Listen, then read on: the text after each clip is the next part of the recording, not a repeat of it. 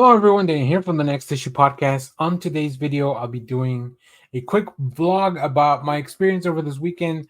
I got to go to a couple of events. One of them was Bandai Fest, which I have a separate video on, so you can go check that out. In this video, I want to talk about my attendance to the North Texas Card Show. Now, I'm always very wary of like ads on Instagram and like Facebook that just kind of pop up on my feed. But I've been getting into card games a little bit more, as you probably saw from the content on the channel. And I saw that there was going to be a show in Louisville, which is relatively close to me. I think it's like at most a 30-minute drive. And I've always wanted to go to a card show. There was some stuff that I need to pick up, and I'll go over some of the things that I actually purchased in a minute. You can take a closer look, but I want to talk about my experience of going to the show. We have a separate video in the channel that's just kind of a walkthrough. Like you can see what I shot it with the GoPro, walking around. You can see all the vendors, big crowd. So there, like I said, I saw this in an ad on Instagram, and I was like, well, this doesn't. Sometimes those ads on Instagram, especially if it's something that you don't know about and it's something that's kind of like trading cards are pretty popular right now, and I feel like a lot of people would try to take advantage of that. So I was a little wary. So I was like, I didn't buy anything in advance. Tickets at the door were only $10. So I was like, whenever I get there, it's at the Vista Ridge Mall, Music City Mall, whatever you want to call it now in Louisville. And I was like, it's just $10. So worst case scenario, I'm out $10 in a drive. If the event's not, engaging or fun. But when I got there, to my surprise, the event was actually popping off pretty hard, which was great, a great surprise because, I didn't want to spend a couple of hours of my Sunday, my free time, just missing out or whatever.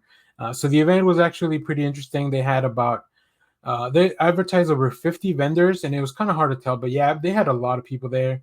The vendors, they mainly focus on, of course, cards, so collectibles. So they had sports cards.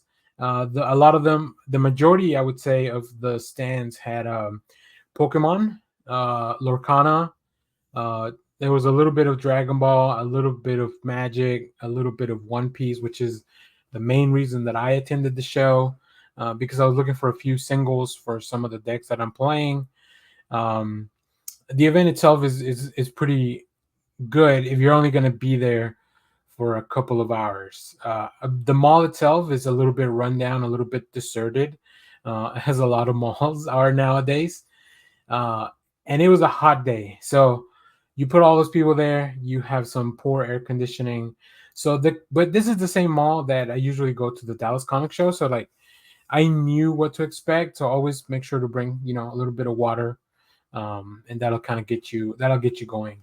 But let's go over some of the stuff that I picked up. And interestingly enough, not everything was card related. I found this really cool, like glass, and it's just like it's like a Friends thing, but with Pokemon.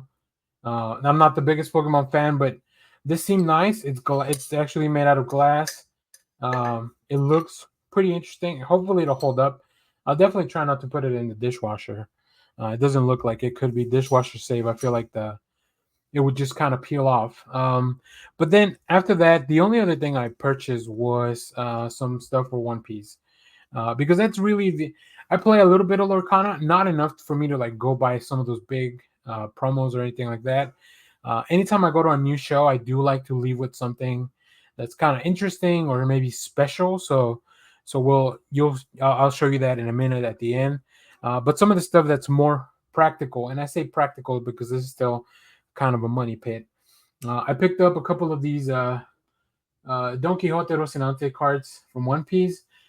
These are two cards that I utilize that I will use in my Jewelry Bonnie deck. I also picked up another copy of Hody Jones. Now, for the most part, a lot of the vendors, they use TCG Player as like the pricing guide, so I knew kind of what I was getting myself into. And you haggle a little bit, especially if you have cash. That's always easier to like make an offer on something. So I would say don't lowball anyone, but also don't be afraid to like make sure you're checking prices and getting your money's worth, right? Um, One of the larger items I picked up was this Zoro card, also One Piece. This is a secret rare from I believe it's OPO4 or OPO6. It's from OPO6, Wings of the Captain. Yeah, so that's pretty cool. I also needed that for my Jewelry Bonnie deck. Now, speaking of Jewelry Bonnie, I also picked up this Jewelry Bonnie Alt Art Leader card, and I'll put some pictures so that it looks a little bit better than what you're seeing on the video for the final edit. I also, because this is a deck I want to play, I picked up a Vegapunk Leader Alt card as well, Alt Art Leader card. And like I said, I always like to get something a little bit special. And for me, I'm not somebody that gets into graded cards much, but you saw the other day, I did pick up at a different at the comic show. One of the stands actually had graded cards. So this is from the last show. This is a Beckett 9.5 Gikomoria. So for this show, I saw this Luffy, and it wasn't too pricey. It was actually seemed to me like a pretty good price when I looked online what it was kind of going for. 9.5 Luffy. This is from OP05. So yeah, I got another graded card. So now I have a total of 2 graded cards to my name. Both of them are One Piece. So that's really neat. But yeah, I had a good time. I recommend if you like any of those card games that I mentioned, Pokemon, specifically Pokemon. If you play Pokemon, oh my goodness, you're in for a treat because these vendors have everything. Oh, I didn't mention Yu-Gi-Oh, but Yu-Gi-Oh is another one of the games that they have a lot of stuff for. So yeah, Pokemon, Yu-Gi-Oh, Lorcana, a little bit of One Piece, a little bit of Magic. I'm surprised that Magic is not as prevalent. There was a few stands also with sports cards.